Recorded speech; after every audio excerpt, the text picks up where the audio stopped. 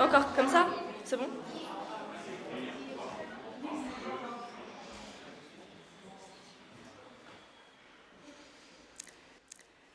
Bonjour à tous, merci de m'écouter.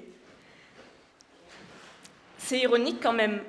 C'est, je pense, une des premières pensées qui m'a traversé l'esprit quand j'ai pioché mon sujet. En parlant peu, tu entends davantage. C'est comme si j'avais pioché un signe, quelque chose qui me dit de moins parler, de ne pas parler, comme si je devais partir en courant pour rentrer chez moi et ne plus jamais ouvrir la bouche. Mais je ne peux pas faire ça, donc j'ai essayé de comprendre en quoi ce sujet pouvait me toucher. Et ce sujet me touche presque littéralement. En parlant peu, tu entends davantage.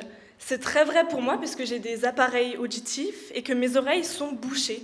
Le son ne rentre pas, mais il ne sort pas non plus. Tout résonne. Mes mots rebondissent dans mon crâne. Mes mastications deviennent un marteau assourdissant. Les battements de mon cœur sont enfermés dans mes tympans. Si je veux entendre tous les détails, si je veux entendre le monde autour de moi, je dois m'arrêter.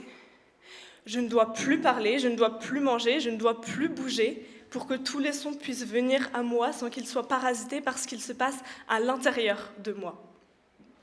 Si pour moi ce sujet est vrai littéralement, il est aussi vrai métaphoriquement pour beaucoup de personnes, puisque pour parler, c'est faire sortir une information. Parler, c'est s'exprimer.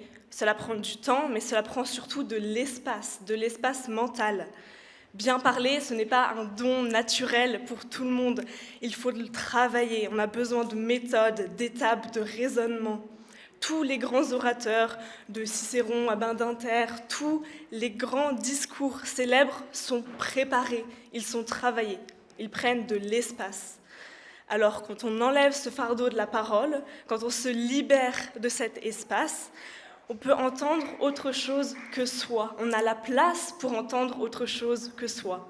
On peut tendre l'oreille au monde, on peut entendre l'univers autour de nous.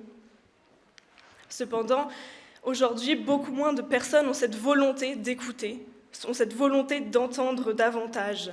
C'est souvent un des reproches qui est fait aux politiques, qui font des grands discours, qui parlent beaucoup, parfois sans prendre le temps d'écouter les personnes qu'ils sont censés représenter. En sociologie, on remarque la montée de l'individualisme dans nos sociétés et on ne veut pas écouter ce qui est en dehors de notre cercle privé, ce qui ne nous touche pas directement. On ferme les oreilles aux horreurs du monde. Les réseaux sociaux amplifient ce phénomène. Sur les réseaux sociaux, tout le monde peut parler, tout le monde peut diffuser sa parole, mais les algorithmes qui accélèrent de plus en plus font que nous prenons de moins en moins de temps pour écouter. Nous sommes enfermés dans notre perception du monde. On parle sans cesse de ce que l'on connaît, de ce que l'on croit savoir, mais on n'écoute pas le reste du monde. Mais moi, je ne veux pas être coupée du monde, je ne veux pas me soucier que de moi, je ne veux pas boucher mes oreilles, chanter et prétendre que tout va bien. Alors, pour écouter le monde, j'arrête de parler.